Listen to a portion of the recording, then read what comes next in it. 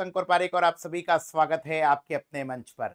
प्यारे साथियों, आज हम जिस टॉपिक पर डील करेंगे वो है आपके संघ एवं संघ शासित प्रदेश, union and its territory. Basically हम संविधान का बेसिक जो निर्माण है और संविधान के जो बारे में जो विशेषताएं हैं वो पिछले चैप्टर्स के अंदर पढ़ चुके हैं। आज हम संविधान के अंदर प्रवेश करते हैं और संविधान का भाग 1 होता है संघ एवं राज्य क्षेत्र, यूनियन एंड इट्स टेरिटरी, जिसके अंदर 4 आर्टिकल आते हैं, आर्टिकल नंबर 1 to 4।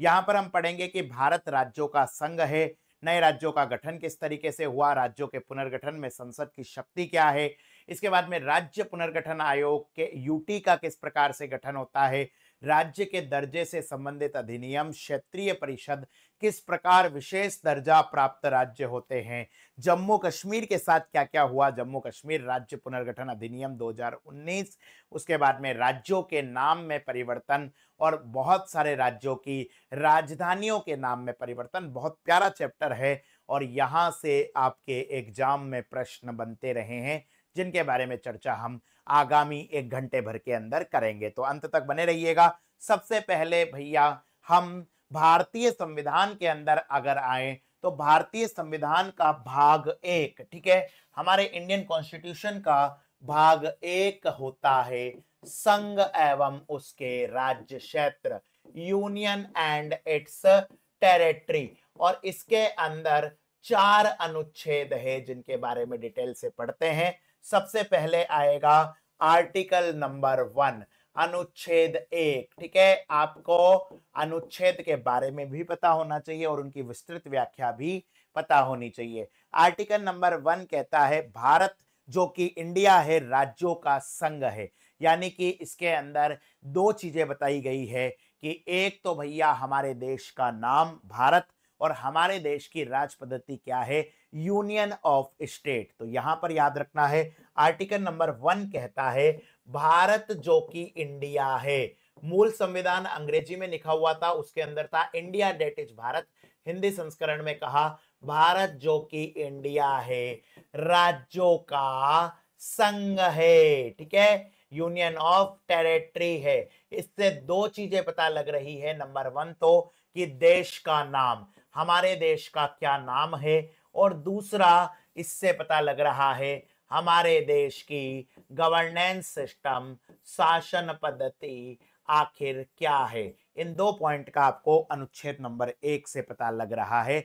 अनुच्छेद नंबर 2 कहलाता है नए राज्यों के प्रवेश या स्थापना की संसद की शक्ति, ठीक है, कि किस तरीके से भारतीय संघ के अंदर, भारत के अंदर आप नए राज्यों का प्रवेश करा सकते हो, ठीक है। जैसे भारत पाकिस्तान के तनाव चल रहा है, ठीक है, कई लोग कहते हैं कि क्या कभी हिंदुस्तान के अंदर मिलेगा, ठीक है, मजाक की बात है, लेकिन अगर कभी ऐसा हुआ, क्योंकि ऑलरेडी हो चुका है, सिक्किम एक अलग देश था, तो किस तरीके से नए राज्यों का प्रवेश भारत के अंदर होगा या फिर नए राज्यों की स्थापना की हमारे संसद की क्या शक्ति है, ये अनुच्छेद 2 के अंदर आता है, ठीक है। बहुत इंपॉर्टेंट चीज है, यहां से प्रश्न बनते ही बनते हैं। इसके बाद में बेटा आपका आता है अनुच्छेद नंबर 3, भारतीय संविधान का आर्टिकल 3 ये कहता है, ठीक है बच्चों, कि आपके देश के अंदर नए राज्यों का गठन कैसे होगा, वर्तमान राज्य क्षेत्र के राज्यों के क्षेत्र सीमा नाम में परिवर्तन कौन करेगा, तो संसद करेगा, संसद की क्या शक्ति है, ठीक है। तो याद रखना नए राज्यों का गठन, नए राज्यों के क्षेत्र नाम या सीमा परिवर्तित करने की, सीमा में चेंज करने की संसद की शक्ति, पार्लियामेंट की शक्ति। यहां से डायरेक्ट प्रश्न पूछा गया है कि राज्यों का नाम परिवर्तन करना, राज्यों की सीमाओं में परिवर्तन करने की शक्ति किसको है, तो भैया इंडिया की पार्लियामेंट को है। और उसके बाद में आता है अंतिम अनुच्छेद आर्टिकल नंबर 4। आर्टिकल नंबर 4 ये कहता है बेटा कि संसद द्वारा अनुच्छेद 2 और 3 के तहत जो बनाई गई विधि है वो 368 के तहत संविधान संशोधन वाली विधि नहीं मानी जाएगी। जैसे आंध्र प्रदेश राज्य से आंध्र प्रदेश और तेलंगाना राज्य का निर्माण किया गया, जैसे जम्मू कश्मीर राज्य से जम्मू कश्मीर एवं लद्दाख 2 यूटी का निर्माण किया गया, जैसे 2 अलग अलग यूटी दादर और नागर हवेली, दमन और दीव को जोड़कर एक कंबाइंड यूटी बनाई गई, तो इन सबको अनुच्छेद 368 के तहत संविधान संशोधन वाली विधि नहीं माना जाएगा।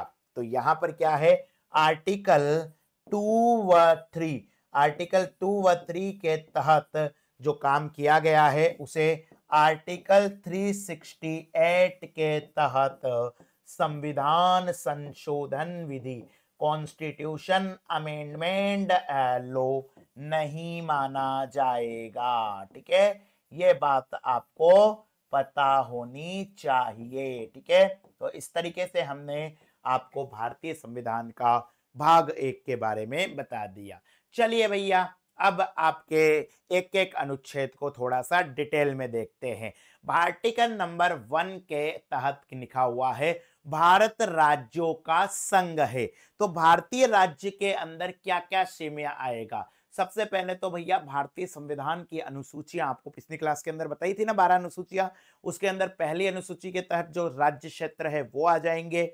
उसके बाद में राज्यों के राज्य क्षेत्र आ जाते हैं और उसके बाद में ऐसे अन्य क्षेत्र जो भारत सरकार द्वारा अर्जित किए गए हैं। ठीक है, तो यहां पर याद रखना है आपको, आर्टिकल 1 के तहत भारत का राज्य क्षेत्र क्या है, भारत की स्टेट टेरिटरी क्या है।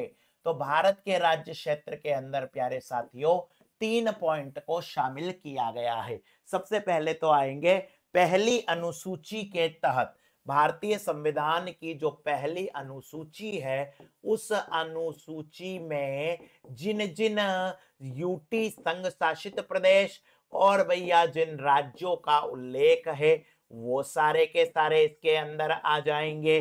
ठीक है, इसके अलावा इसके साथ साथ में दूसरा आएगा भारत के जो राज्य क्षेत्र हैं वो, ठीक है, भारत के जो राज्य क्षेत्र है, राज्यों के जो क्षेत्र हैं वो भी इंडिया के एरिया के अंदर आएगा।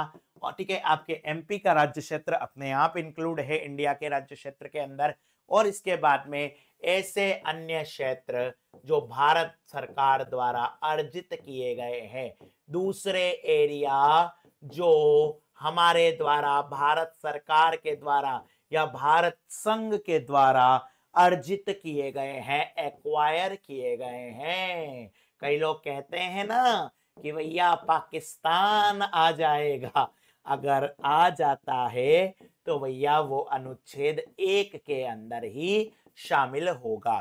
ठीक है, अब अनुच्छेद 2 के अंदर है कि भैया संसद नए राज्यों का गठन कर सकती है। ठीक है, आर्टिकल 2 के अंदर है, ध्यान से देखना भैया, आर्टिकल 2 के अंदर अनुच्छेद 2 के अंदर है नए राज्यों का गठन।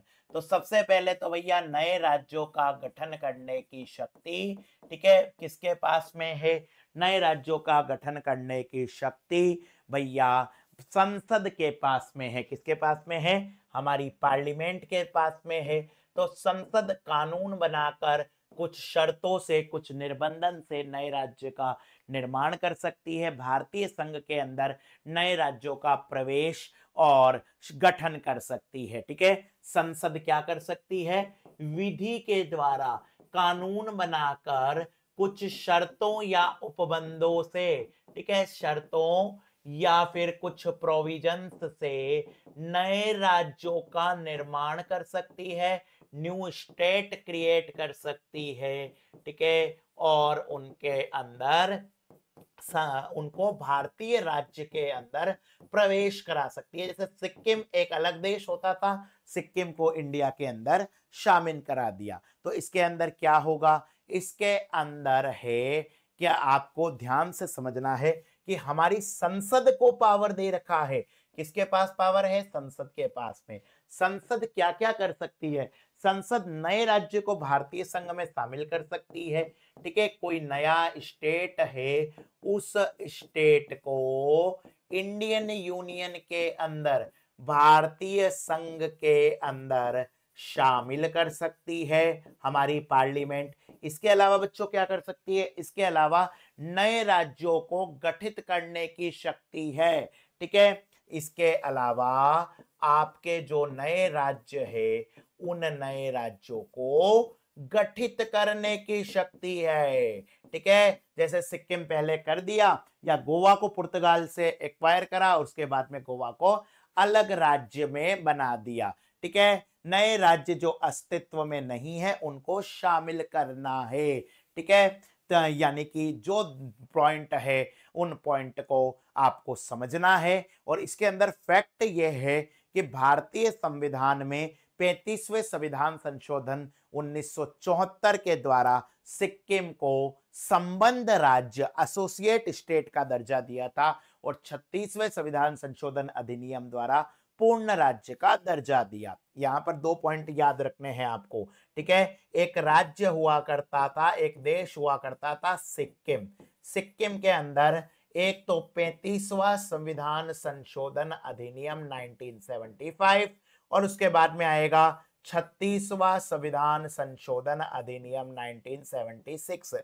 ठीक है, 35वें से क्या प्रोविजन किया गया? 35वें से सिक्किम को भारत का संबंध राज्य, कई किताबों के अंदर आपको सहराज्य भी मिलेगा, बात एक ही है, कंफ्यूज मत होना। एसोसिएट स्टेट का दर्जा दिया गया, और उसके बाद में 1976 में भारत का पूर्ण राज्य बनाया गया। ठीक है, प्रधानमंत्री कौन थी? इंदिरा गांधी। चोंग्याल वंश का यहां पर शासन हुआ करता था। उसके बाद में आता है आर्टिकल नंबर 3। आर्टिकल नंबर 3 के अंदर क्या है? राज्य के पुनर्गठन की शक्ति। ठीक है, यहां पर आपको है राज्य का निर्माण आर्टिकल 2 में। आर्टिकल 3 है राज्य का पुनर्गठन, रीएस्टैब्लिशमेंट ऑफ स्टेट। अनुच्छेद 3 कहता है कि यहां पर राज्यों का पुनर्गठन करने की शक्ति। और किसके पास में है राज्यों के पुनर्गठन करने की शक्ति? राज्यों के पुनर्गठन करने की शक्ति भैया हमारी पार्लियामेंट के पास में है, भारतीय संसद के पास में है। अब संसद किस प्रकार से राज्यों को पुनर्गठन करती है? ठीक है, संसद भैया एक राज्य से या 2 राज्य बना सकती है। ठीक है, ये 2 या 2 से अधिक राज्यों से एक राज्य बना सकती है। किसी राज्य क्षेत्र को घटा सकती है, किसी राज्य क्षेत्र को बढ़ा सकती है। ठीक है, तो यहां पर आपको याद रखना है, मैं चार्ट से बता दूं। ठीक है, संसद क्या कर सकती है? एक राज्य से, ठीक है, एक से अधिक राज्य या यूटी का निर्माण कर सकती है, एक से अधिक राज्य या यूनियन टेरिटरी का निर्माण कर सकती है। ठीक है, वो छोटे छोटे राज्यों को, छोटे छोटे राज्य जो हैं या छोटे छोटे यूटी जो है, इनको ठीक है किस में बदल सकती है? बड़े राज्य या बड़े यूटी के अंदर बदल सकती है। सबका एग्जाम्पल मैं आपको बता रहा हूं। ठीक है, किसी राज्य को यूटी के अंदर बदल सकती है, किसी यूटी को राज्य के अंदर बदल सकती है। केमिस्ट्री के अंदर ये अपने रिएक्शन देखी होगी, इसे कहते हैं उत्क्रमणीय अभिक्रिया। ठीक है, राज्य की सीमा में परिवर्तन कर सकती है, राज्य की सीमा, बाउंड्री चेंज कर सकती है। हमारी संसद के पास में यह भी अधिकार है, किसी राज्य का नाम चेंज कर सकती है, नाम परिवर्तन कर सकती है। इसके साथ साथ में किसी भी राज्य का जो राज्य क्षेत्र है, स्टेट टेरिटरी है, उस स्टेट टेरिटरी को बढ़ा भी सकती है और हमारी संसद इसको घटा भी सकती है। ठीक है, अल्टीमेटली पेपर में बहुत सिंपल क्वेश्चन आया था कि राज्यों के पुनर्गठन करने की शक्ति किसके पास में है? राज्यों के पुनर्गठन करने की शक्ति पार्लियामेंट के पास में है। ठीक है, यहां पर लेकिन इसके लिए 2 शर्तें आपको माननी है। ठीक है, 2 शर्तें क्या है?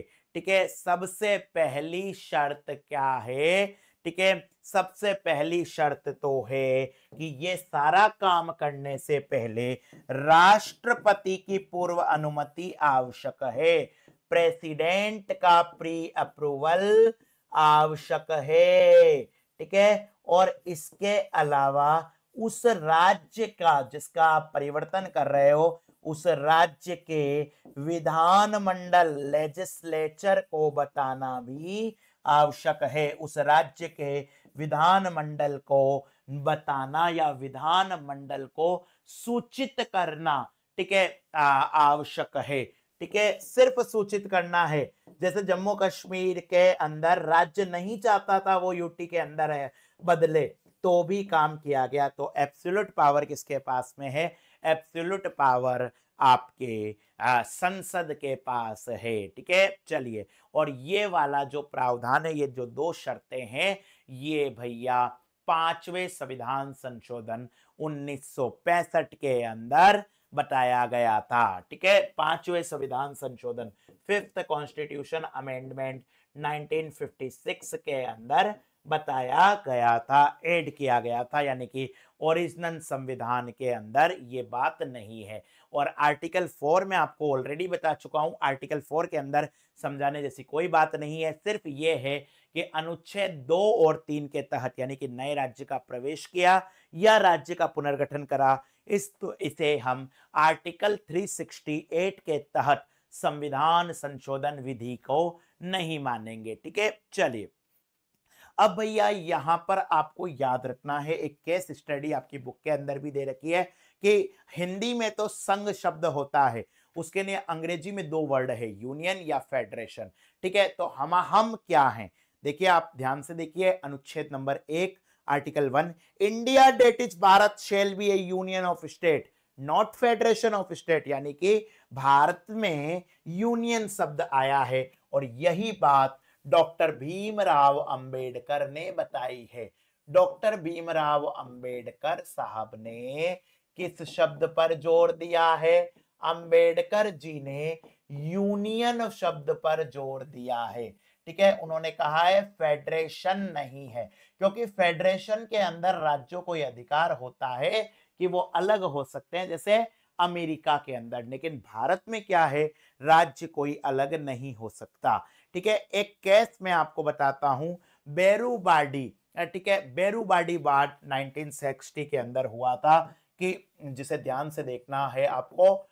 इसके अंदर क्या हुआ था? संसद ने पूछा था सुप्रीम कोर्ट से कि आर्टिकल 63 के अंतर्गत, अनुच्छेद 3 के अंतर्गत, राज्यों के पुनर्गठन के अंदर क्या हम हमारे राज्य का कुछ हिस्सा कम करके किसी विदेशी शक्ति को सौंप सकते हैं? यह अधिकार दे रखा है। तो कोर्ट ने कहा था आर्टिकल 2 और 3 के अंतर्गत संसद को भारतीय भूभाग को विदेशी राज्य को सौंपने का अधिकार नहीं है, लेकिन संविधान संशोधन द्वारा अंतरराष्ट्रीय विधि के अनुरूप भारत किसी भूभाग को विदेशी राज्य को सौंप सकता है। ध्यान से देखिएगा, बेरूबाडी केस के अंदर पूछा गया था कि क्या आर्टिकल 3 के अंदर, क्या अनुच्छेद 3 के तहत जो राज्य पुनर्गठन करते हो, स्टेट रीएस्टेब्लिशमेंट करते हो,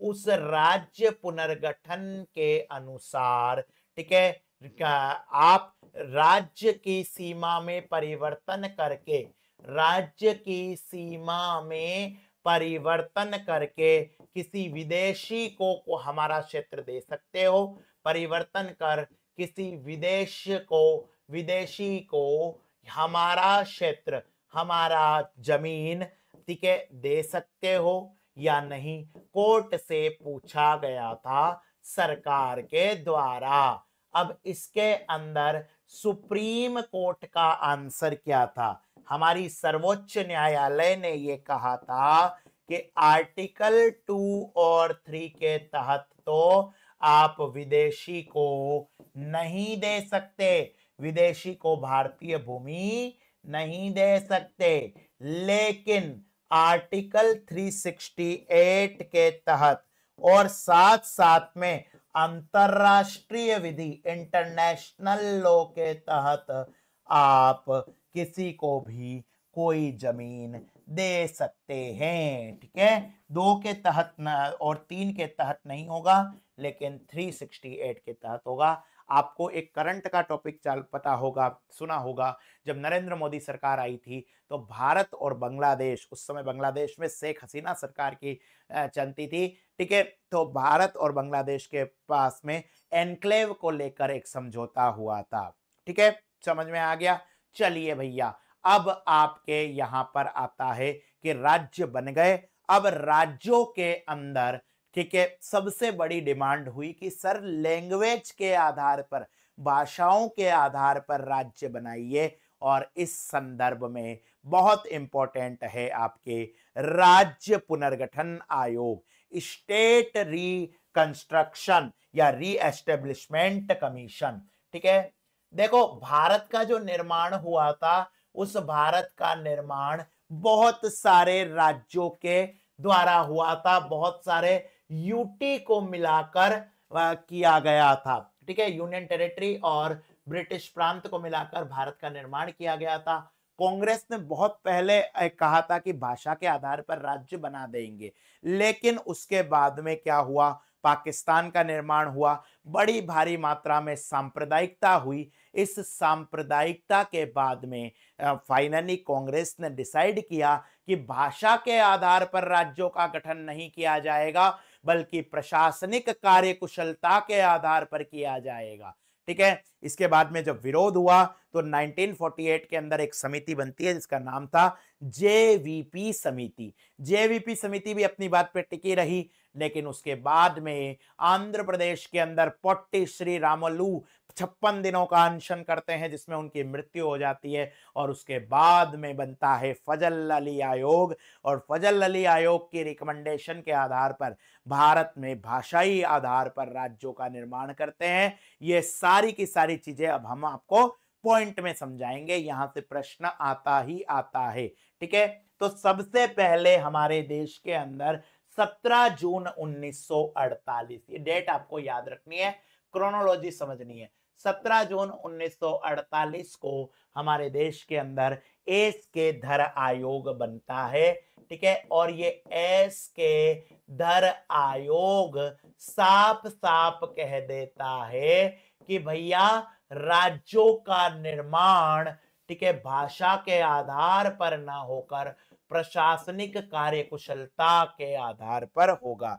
जो हमारे राज्य हैं, उन राज्यों का निर्माण, स्टेट कंस्ट्रक्शन, भाषा के आधार पर नहीं होगा। ठीक है, लैंग्वेज के बेसिस पर नहीं होगा, बल्कि इसकी जगह किसके आधार पर होगा, प्रशासनिक कार्यकुशलता, एडमिनिस्ट्रेटिव एफिशिएंसी के आधार पर होगा, प्रशासनिक कार्यकुशलता के आधार पर होगा। ठीक है, ये सबसे पहले किसने कहा था, ये कहा था एस के धर ने। लेकिन किंतु परंतु उसके बाद में एक और समिति बनती है दिसंबर 1948। ठीक है, दिसंबर 1948 के अंदर एक समिति बनती है जिसका नाम था जेवीपी समिति। ठीक है, अब इस जेवीपी का फुल फॉर्म भी आप बता दो। ठीक है, जे से हो गया जवाहरलाल नेहरू। ठीक है, जे से क्या हो गया भैया आपके, जवाहरलाल नेहरू। वी से हो गया वल्लभ भाई पटेल, वी से वल्लभ भाई पटेल। और वल्लभ भाई पटेल के बाद में पी से हो गया पट्टाभी सीतारमैया। ठीक है, पी से क्या हो गया, पट्टाभी सीतारमैया। इन तीनों के तीनों बड़े कांग्रेसी नेताओं ने, ठीक है, भाषा की मांग, भाषा के आधार पर राज्य की मांग को अस्वीकार कर दिया।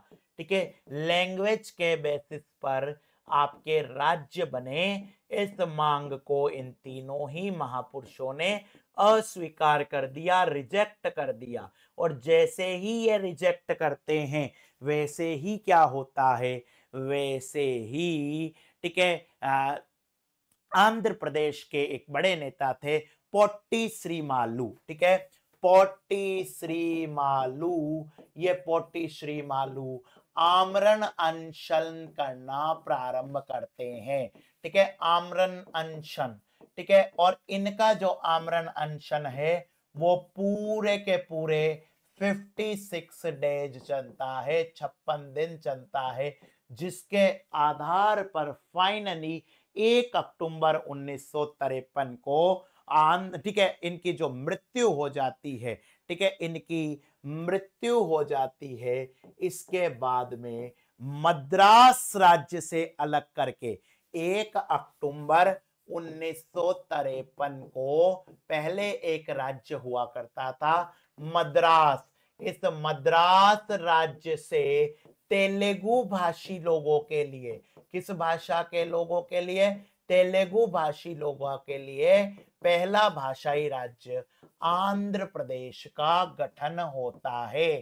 ठीक है, तो यहां पर आया हुआ प्रश्न है आपके पीसीएस के अंदर कि भारत का पहला राज्य कौन सा था जिसका निर्माण भाषाई आधार पर किया गया। ठीक है, उसके बाद में इसके जस्ट बाद में 1953 के अंदर एक आयोग का गठन होता है जिसका नाम है फजल अली आयोग। ठीक है, इस आयोग का नाम क्या है? फजल अली आयोग। और फजल अली आयोग के अंदर कौन कौन मेंबर है, यहां से भी प्रश्न पूछा गया है भैया। एक तो आपको याद रखना है, फजल अली तो अध्यक्ष ही थे, के एम पणिक्कर, हृदयनाथ कुंजरू। ठीक है, और सदस्य कौन कौन थे? एक थे आपके के एम पन्नीकर और दूसरे थे हृदयनाथ कुंजरू। और अध्यक्ष कौन थे? अध्यक्ष थे फजल अली। इस कमीशन के द्वारा अपनी रिपोर्ट 1955 में केंद्र सरकार को सौंपी जाती है और उसके बाद में 7वां संविधान संशोधन। ठीक है, 1955 के अंदर फजल अली की रिपोर्ट सौंपी जाती है और इस फजल अली ने फाइनली कहा था कि सिर्फ भाषा के आधार पर नहीं, लेकिन भाषा के साथ साथ प्रशासनिक कार्यकुशलता को भी अगर आप शामिल कर लोगे तो उसके आधार पर राज्य पुनर्गठन अधिनियम 1956 पारित किया गया। राज्य पुनर्गठन अधिनियम, स्टेट री एस्टेब्लिशमेंट एक्ट 1956 पारित किया गया और उसके आधार पर भारत के अंदर उस समय 14 राज्य और 6 केंद्र शासित प्रदेश का गठन किया गया। ये क्वेश्चन भी एमपीपीसीएस के अंदर पूछा गया है। ठीक है, तो यहां पर आपको याद रखना है। ठीक है, समझ गए बच्चा? एग्जाम के अंदर इसी प्रकार से प्रश्न आते हैं, मैं बार बार कह रहा हूं। ठीक है, कोई कठिन प्रश्न नहीं आते, बहुत ही सिंपल प्रश्न आते हैं। ठीक है, यहां पर आपको उस समय के जो 14 केंद्र शासित प्रदेश, 14 राज्य और 6 केंद्र शासित प्रदेश कौन कौन से थे, उनके नाम भी पता होने चाहिए। ठीक है, तो राज्य पुनर्गठन अधिनियम के तहत हमारे देश के उस समय के जो 14 राज्य थे वो इस प्रकार है। ठीक है, ध्यान से देखना। सबसे पहले भैया आपके असम हो गया, ए फॉर असम। ठीक है, असम के बाद में दूसरे नंबर पर राज्य का नाम आता है बी से बिहार। अल्फाबेटिकली नाम आपके बनाए गए थे। ठीक है, बी से ही भैया बना था बंबई। ठीक है, जो बाद में महाराष्ट्र और गुजरात के अंदर टूटता है। बंबई के बाद में बनता है एम से मद्रास। पी से आपका शामिल होता है पंजाब। ठीक है, पी से पंजाब होता है। उसके बाद में के से केरल, एम से मैसूर। ठीक है, याद रखना कौन सा राज्य आ जाएगा? मैसूर राज्य है। उसके बाद में 8वें राज्य के रूप में आया था यू से उड़ीसा। ठीक है, उड़ीसा राज्य। ओ से उड़ीसा राज्य हो गया। ठीक है, आर से राजस्थान। ठीक है, राजस्थान भी बहुत सारी रजवाड़ों रियासतों से मिलकर बना था। राजस्थान के बाद में उत्तर प्रदेश, नॉर्थ प्रोविंस जिसको कहा जाता था, उसका नाम अब उत्तर प्रदेश हो गया। इसी के साथ हमारा सेंट्रल प्रोविंस जिसका नाम अब मध्य प्रदेश के नाम से जाना जाता है। ठीक है, इसके बाद में जम्मू कश्मीर को भी उस समय फजल अली कमीशन ने राज्य बनाया था। जम्मू कश्मीर के बाद में भैया वेस्ट बंगाल, पश्चिम बंगाल, और पश्चिम बंगाल के बाद में जो अंतिम राज्य था जिसके भाषाई आधार पे पहला राज्य बनाया था, आंध्र प्रदेश। और इसके साथ साथ में बच्चों 6 केंद्र शासित प्रदेश भी बनाए थे, उनके नाम भी आपको पता होने चाहिए। इसके साथ साथ 6 यूटी बनाए थे। वो 6 यूटी कौन कौन से थे? सबसे पहला था देश की राजधानी दिल्ली।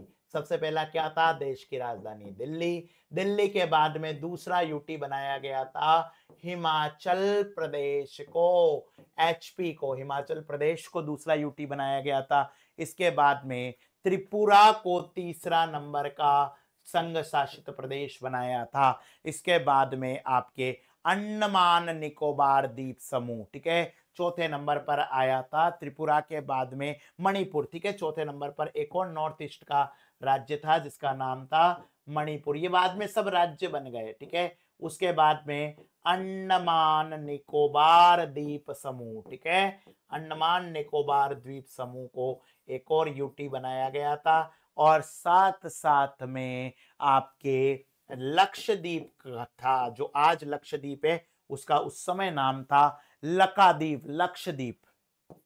क्या द्वीप नाम था? लकाद्वीप, यानी कि लक्षद्वीप। साथ में मिनिकॉय एवं अमनदीवी या अमीनदीव द्वीप समूह।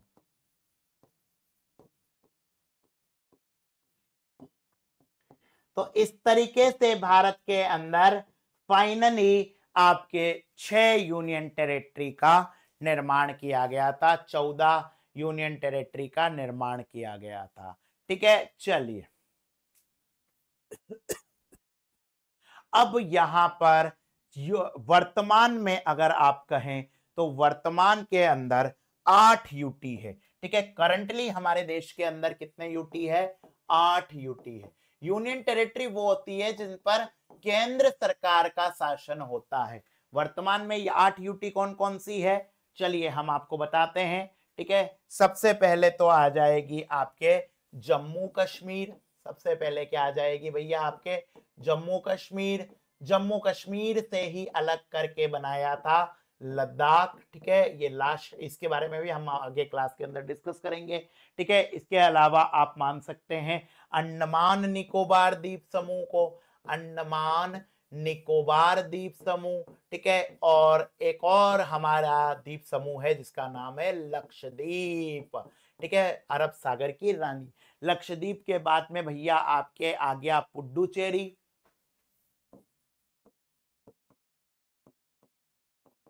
उसके बाद में दादर नागर हवेली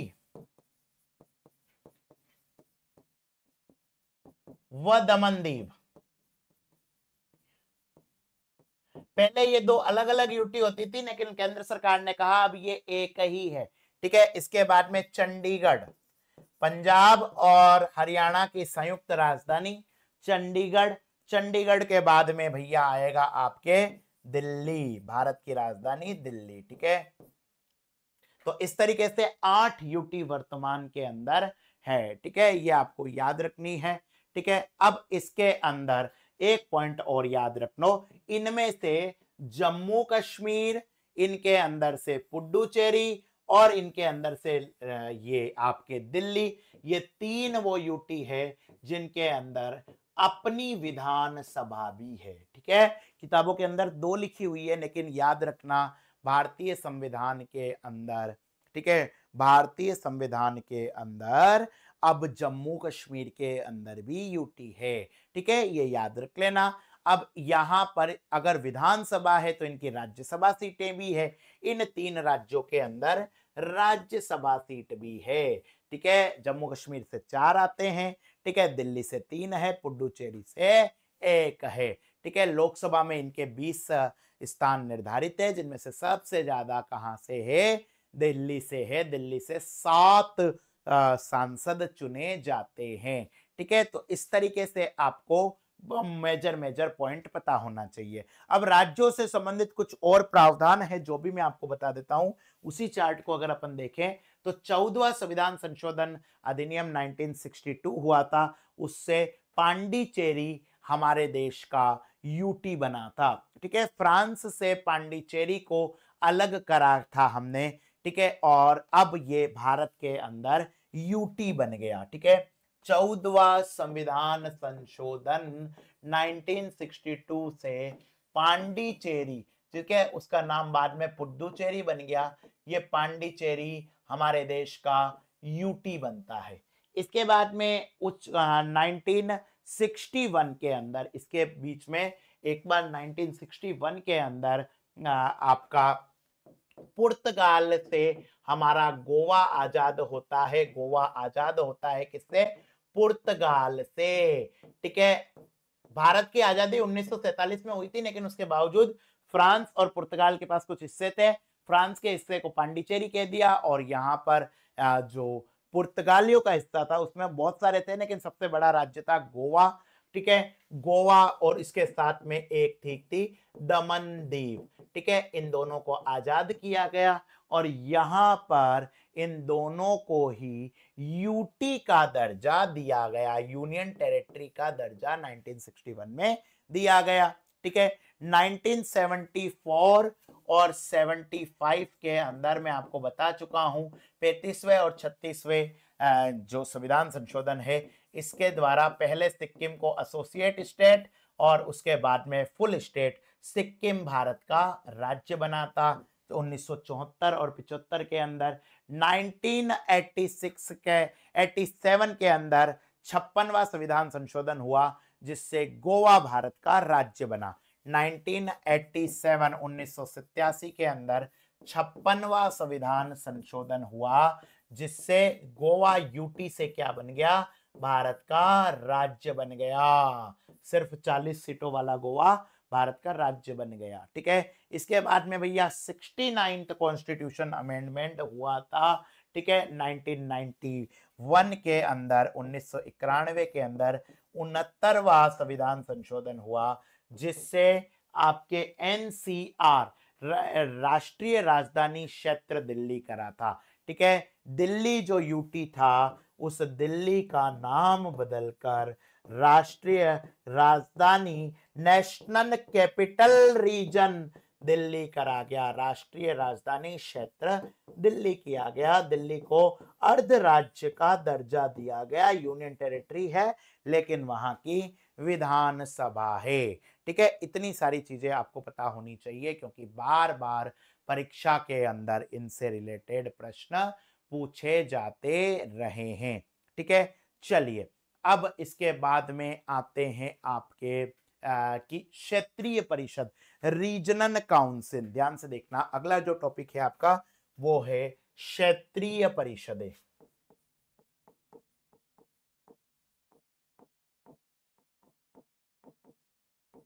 रीजनल काउंसिल, ध्यान से देखिएगा बच्चों, राज्य पुनर्गठन अधिनियम 1956 की धारा 15 के अंदर इसमें प्रावधान किया गया था। राज्य पुनर्गठन अधिनियम 1956 की सेक्शन नंबर 15 के अंदर, धारा 15 के अंदर क्षेत्रीय परिषद का प्रावधान किया गया है, स्पेशली प्रोविजन है। क्षेत्रीय परिषद आखिर होती क्या है? क्षेत्रीय परिषद होती है, कुछ राज्यों को मिलाकर एक ग्रुप बनाया जाता है। भारत के अंदर 5 क्या होती है? क्षेत्रीय परिषद। इनका अध्यक्ष कौन होता है? केंद्रीय गृह मंत्री या फिर राष्ट्रपति द्वारा मनोनीत केंद्रीय मंत्री। ज्यादातर केंद्रीय मंत्री ही होते हैं। भारत के अंदर कुल 5 केंद्रीय परिषद है। ठीक है, इन 5 केंद्रीय जो 5 क्षेत्रीय परिषद जो है, रीजनल काउंसिल जो है, इनका अध्यक्ष कौन होता है? इनका अध्यक्ष होता है केंद्रीय गृह मंत्री। और जब कभी गृह मंत्री कमजोर होता है या गृह मंत्री इस पद को नहीं संभालना चाहता, तब राष्ट्रपति ही किसी व्यक्ति को, किसी मंत्री को नामित करता है, जो आपकी रीजनल काउंसिल का अध्यक्षता करेंगे। उपाध्यक्ष कौन होते हैं? इनके उपाध्यक्ष होते हैं संबंधित राज्य के मुख्यमंत्री। ठीक है, जो संबंधित राज्यों के सीएम चक्रानुक्रम से बारी बारी से इसके उपाध्यक्ष बनते रहते हैं। ठीक है, ये बात आपको याद रखनी है। ठीक है, केंद्र राज्य संबंधों को सुधारने में महत्वपूर्ण भूमिका निभाती है। ये आपके सेंटर और राज्य संबंध, केंद्र और राज्य के जो संबंध है उन राज्य संबंधों में भूमिका निभाएगा। ठीक है, यानी कि बहुत बड़ा देश है, लेकिन उसके बीच में जो ये आपकी रीजनल काउंसिल होती है ये बड़ी भूमिका निभाती है। आपकी बुक के अंदर जो आपको नोट्स मिले हैं उन नोट्स के अंदर मैप से समझा रखा है।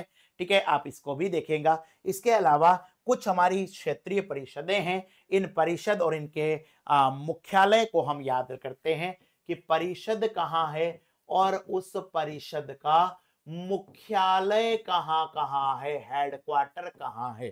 ठीक है बच्चों, ध्यान से देखिएगा। तो सबसे पहली परिषद आपकी आती है उत्तरी परिषद। ठीक है, नॉर्दर्न। ठीक है, तो उत्तरी परिषद जो है उसका मुख्यालय है भारत की राजधानी दिल्ली के अंदर। ठीक है, उत्तरी के बाद में आएगी आपकी मध्यवर्ती।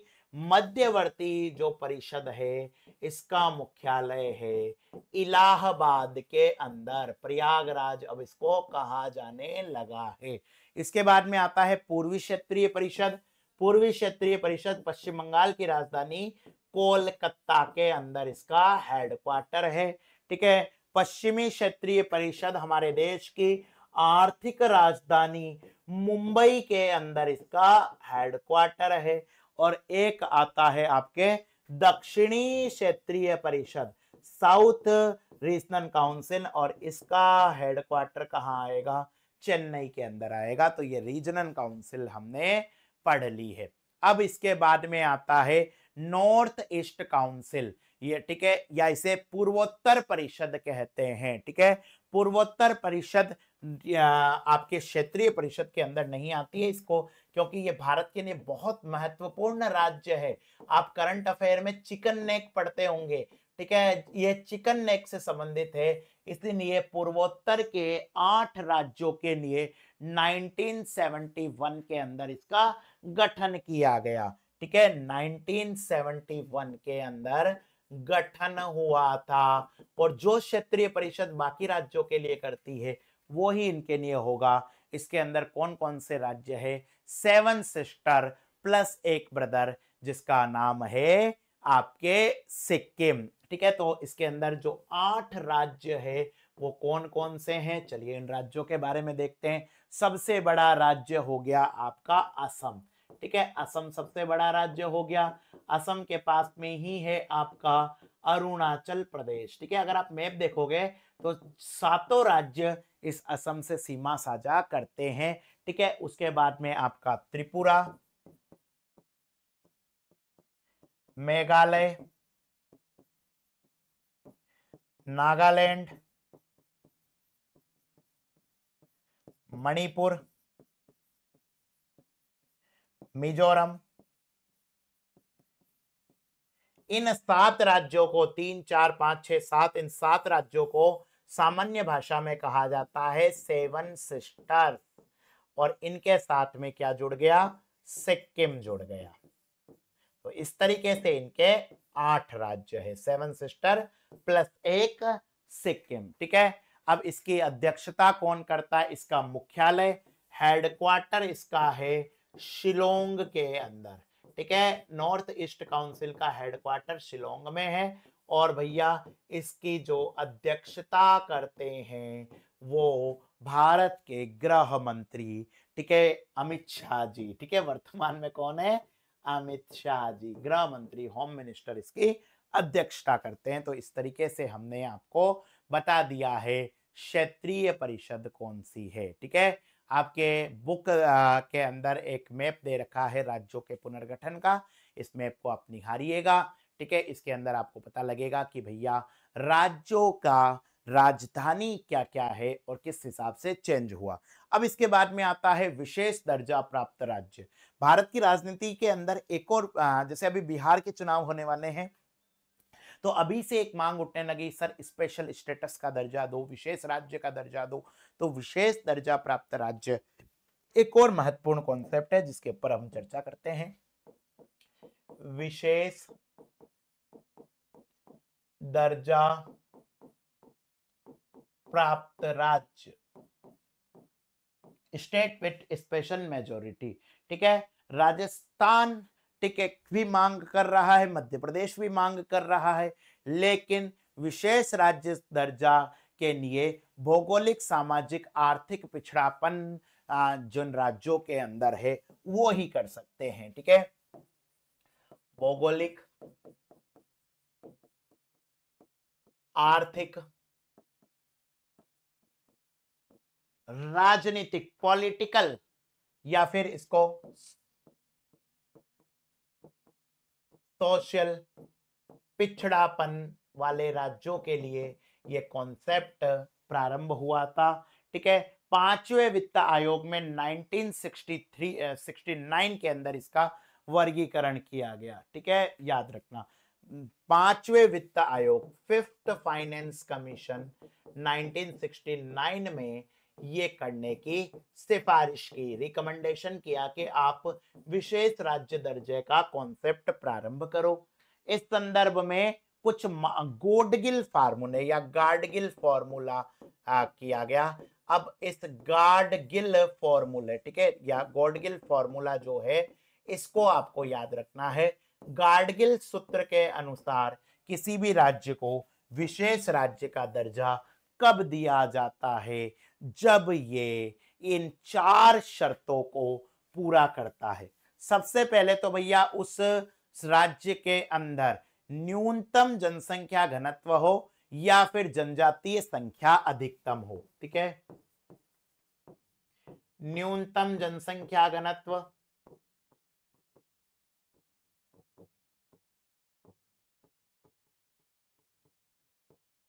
साथ में वहां पर क्या हो, ट्राइबल पॉपुलेशन बहुत ज्यादा हो, जनजातीय संख्या हो, उस राज्य के अंदर आर्थिक और आधारभूत संरचना पिछड़ी हुई हो, आर्थिक या आधारभूत संरचना जो हो वो पिछड़ी हो, उस राज्य के अंदर पहाड़ी या दुर्गम परिस्थिति हो, राज्य की पहाड़ी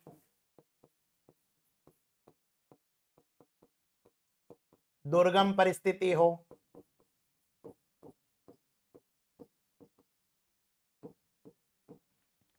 उस राज्य का सामरिक दृष्टि से महत्व हो, स्ट्रेटेजिक दृष्टि से महत्व हो,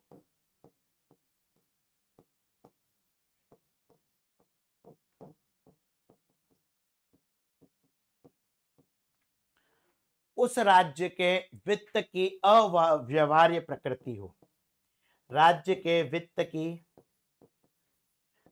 अव्यवहार्य प्रकृति हो। तो इस तरीके से आप क्या कर सकते हो, किसी भी राज्य को विशेष राज्य का दर्जा दे सकते हो। ठीक है, चलिए भैया, अब विशेष राज्य का दर्जा कब कब किया गया। ठीक है, चलिए ध्यान से देखना, विशेष राज्य का दर्जा कब कब दिया गया, 1969 के अंदर। ठीक है, 1969 के अंदर, 1969 के अंदर भारत के जो 3 राज्य है, असम, नागालैंड और जम्मू कश्मीर को यह दर्जा दिया गया। असम, नागालैंड और जम्मू कश्मीर को यह दर्जा दिया गया। इसके बाद 2 साल के बाद में 1971 में हिमाचल प्रदेश को पहाड़ी आधार पर,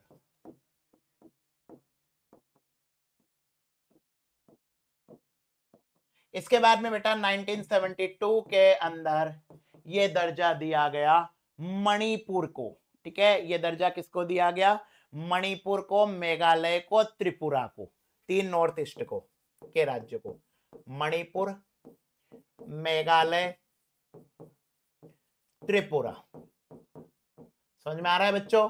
इसके बाद में 1972 के बाद में 75 76 में जैसे ही सिक्किम भारत में शामिल होता है उसको तुरंत ये दर्जा मिल जाता है। ठीक है, सिक्किम को यह दर्जा मिलता है। इसके बाद में 1986-87 के अंदर मिजोरम और अरुणाचल प्रदेश को, 1986-87 के अंदर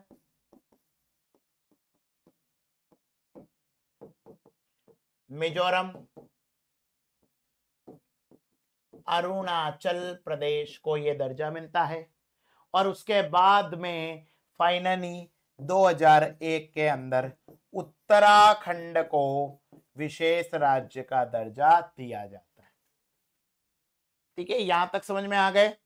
अब इसके बाद में 14वें वित्त आयोग ने, ठीक है, 14वें वित्त आयोग ने एक रिकमेंडेशन करी थी कि 3 पहाड़ी राज्यों और पूर्वोत्तर को छोड़ के अन्य राज्यों का विशेष राज्य का दर्जा समाप्त कर दो। इन्होंने कहा था कि पूर्वोत्तर नॉर्थ ईस्ट और जो 3 पहाड़ी राज्य है इनको छोड़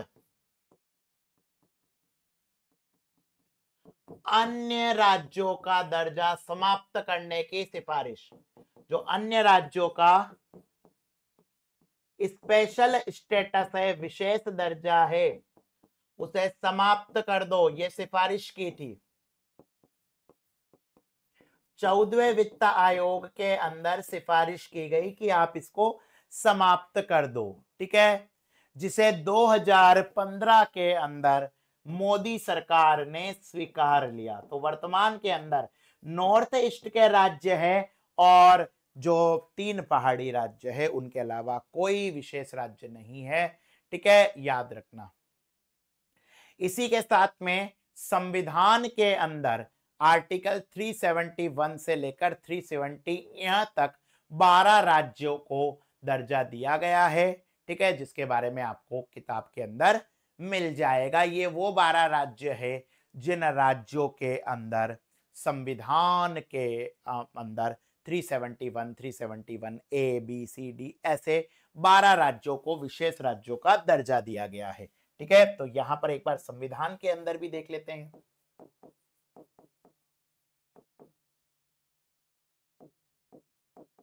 स्पेशल प्रोविजन किन किन के लिए?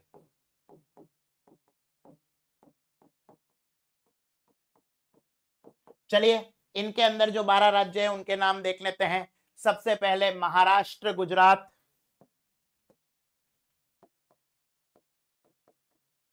महाराष्ट्र हो गया आपका, गुजरात हो गया महाराष्ट्र से ही।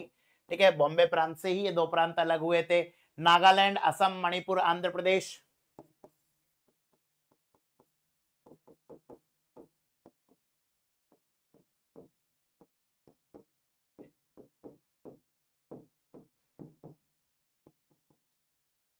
जब आंध्र प्रदेश है तो आंध्र प्रदेश का से अलग हुआ तेलंगाना भी इसके अंदर आ जाएगा। ठीक है, आंध्र है तो तेलंगाना आएगा ही। सिक्किम, मिजोरम, अरुणाचल प्रदेश,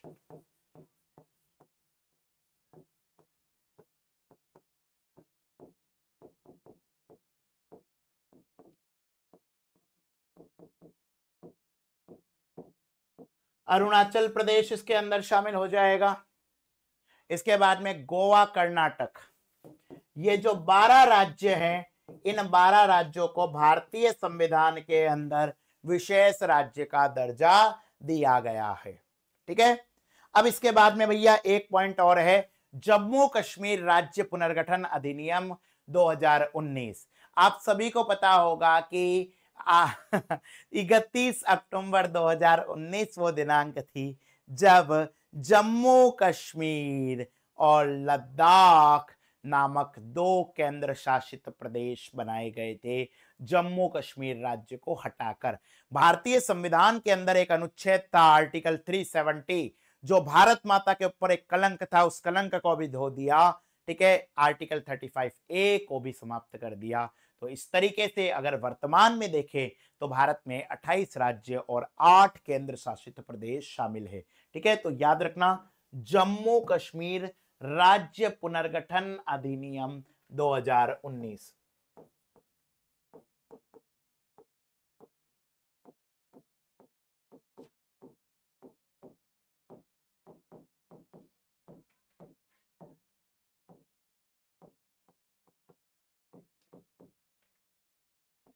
ध्यान से देखना बेटा, 31 अक्टूबर 2019 को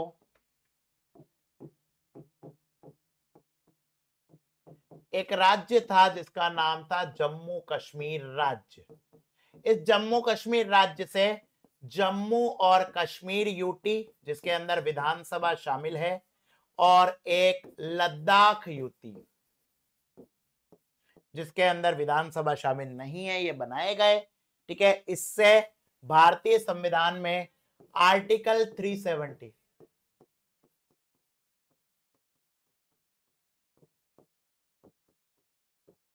समाप्त हो गए। ठीक है, सिर्फ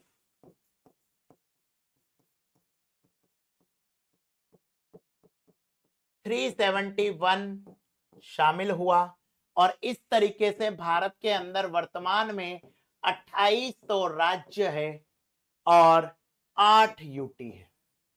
समझ में आ गया? कई बार एकदम सिंपल क्वेश्चन भी पूछ लेते हैं, पूरी पॉलिटी याद हो गई, पूरी ज्योग्राफी याद हो गई, लेकिन हमें यही नहीं पता कि अभी हमारे हिंदुस्तान के अंदर कितने राज्य हैं और कितने यूटी है। अब देखिए, कई बार हमारे देश के राज्यों के नाम भी चेंज हुए हैं। ठीक है, राज्य पहले कुछ और था, फिर और हो गया। तो आपको एक लिस्ट दी गई है बुक के अंदर, राज्य क्षेत्रों के नाम में परिवर्तन। तो इसे भी देख लेते हैं, भारत के राज्यों के नाम में परिवर्तन।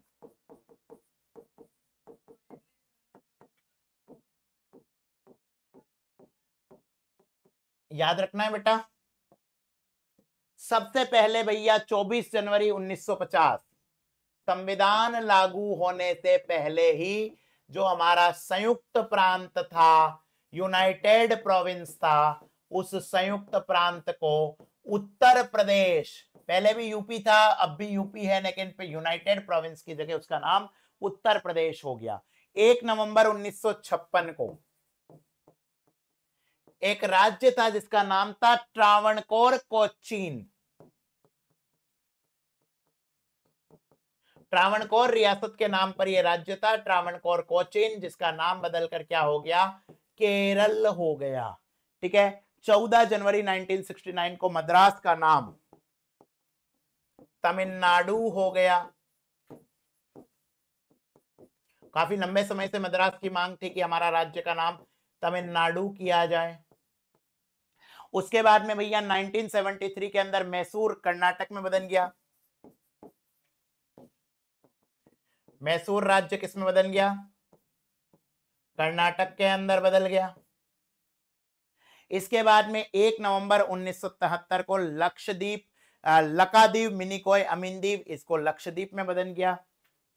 1 नवंबर सन 1973 को लकाद्वीप, मिनिकॉय, अमीनद्वीप जो यूटी था, इसका नाम बदलकर क्या कर दिया, लक्षद्वीप कर दिया गया। अब बहुत सिंपल चीजें हैं, लेकिन परीक्षा के अंदर पूछा जाता है। 1992 के अंदर दिल्ली का नाम बदलकर कर दिया राष्ट्रीय राजधानी क्षेत्र Delhi, national capital region Delhi, राष्ट्रीय राजधानी क्षेत्र दिल्ली कर दिया। इसके बाद में 1 जनवरी 2007 को उत्तरांचल उत्तराखंड, बहुत बड़ी डिबेट थी कि भैया उत्तराखंड बनाए या उत्तरांचल बनाए। ठीक है, लेकिन फाइनली उत्तरांचल का नाम बदलकर क्या कर दिया, उत्तराखंड कर दिया। 1 अक्टूबर 2006 को पांडिचेरी को पुदुचेरी कर दिया। ठीक है, ध्यान से देखना भैया, 1 अक्टूबर 2006 को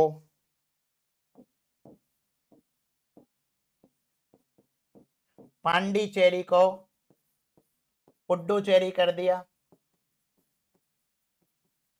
और इसी के अंदर जो लेटेस्ट है, जो आपको याद रखना है, सबसे अंत में जो करा 1 नवंबर 2011 को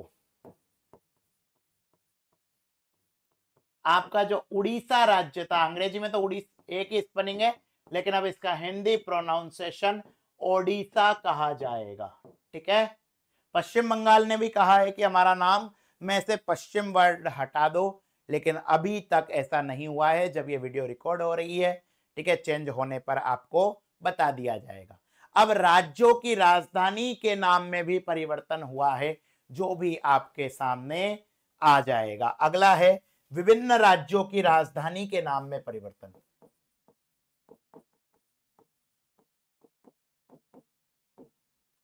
राज्यों की राजधानी के नाम परिवर्तन। सबसे पहले तो भैया 1991 में नाम हुआ करता था त्रिवेंद्रम, केरल के अंदर, केरल के त्रिवेंद्रम। इसका नाम क्या कर दिया गया? तिरुवनंतपुरम। त्रिवेंद्रम बन गया तिरुवनंतपुरम। 1996 में तमिलनाडु की राजधानी मद्रास बन गई चेन्नई।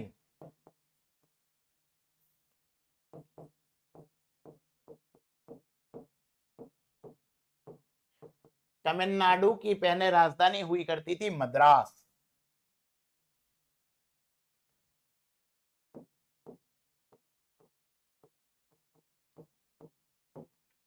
मद्रास राजधानी थी, जो क्या बदल गई भैया? चेन्नई राम बदल गया। 1996 के अंदर ही महाराष्ट्र की बंबई बन गई मुंबई।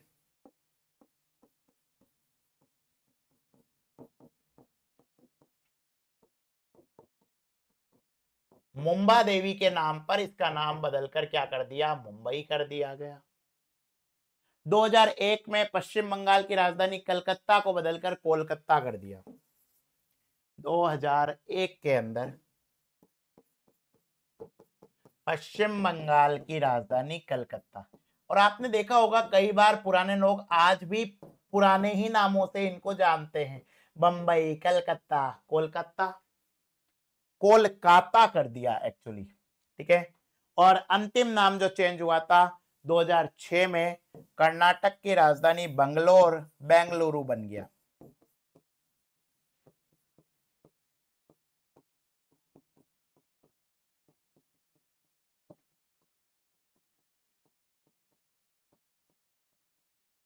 तो इस तरीके से हमने पूरा का पूरा टॉपिक देख लिया है। हमने संघ और राज्य क्षेत्र से संबंधित तो पूरे के पूरे अध्ययन को पढ़ लिया है।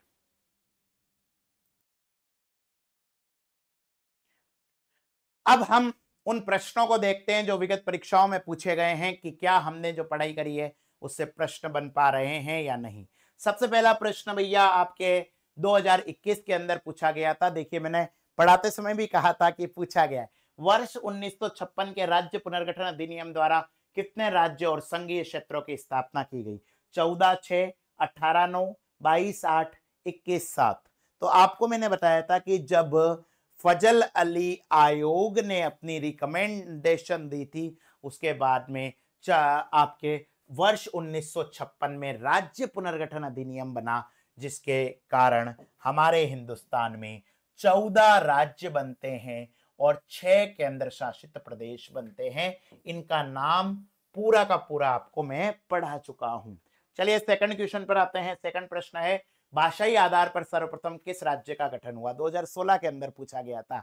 देखिए, जब जेवीपी समिति मना कर देती है तो श्री रामुलु अनशन पर बैठते हैं। 56 दिन के अनशन के बाद उनकी मृत्यु हो जाती है और इस प्रकार मद्रास से तेलुगु भाषी लोगों के लिए पहली बार आंध्र प्रदेश राज्य की स्थापना होती है। तो प्रश्न नंबर 2 का आंसर क्या होगा? Option number B, Andhra Pradesh. ठीक है, चलिए अगले क्वेश्चन पर आते हैं। प्रश्न नंबर 3, निम्न में से कौन सा केंद्र शासित प्रदेश नहीं है? ठीक है, देखिए इस तरीके के प्रश्न एग्जाम में अक्सर आएंगे। अब इसको आप ज्योग्राफी का क्वेश्चन मान लो, पॉलिटी का मान लो, ठीक है। चलिए देखते हैं, गोवा, लक्षद्वीप, दादर नागर हवेली और चंडीगढ़। तो याद रखना, गोवा भारत का एक राज्य है। अभी हमने देखा था पहले यूटी था, लेकिन अब गोवा क्या है, भारत का राज्य है। जबकि लक्षद्वीप, दादर नागर हवेली और चंडीगढ़ भारत के यूटी है। चौथा है, किस राज्य की राजधानी का नाम स्वतंत्रता प्राप्ति के बाद अभी तक नहीं बदला गया? 2005 के हिसाब से प्रश्न है, ठीक है। तमिलनाडु हमने आपको बताया था, मद्रास जो कि चेन्नई बन गया है। पश्चिम बंगाल आपको हमने बताया था कि कलकत्ता जो कि कोलकाता बन गया है। केरल त्रिवेंद्रम बन गया है तिरुवनंतपुरम। आंध्र प्रदेश भी अब अलग हो गया है, लेकिन 2005 के हिसाब से, उस समय के हिसाब से इसका आंसर ऑप्शन नंबर डी ही होगा। तो चलिए इस तरीके से हमने आज की क्लास पढ़ी है, बहुत शानदार प्रश्नों को और टॉपिक को पढ़ा है। अगली क्लास में फिर आएंगे, तब तक अपना, अपने चाहने वाले, अपने हिंदुस्तान का ध्यान रखिए। हंसते रहिए, मुस्कुराते रहिए, पढ़ते रहिए। जय श्री कृष्ण।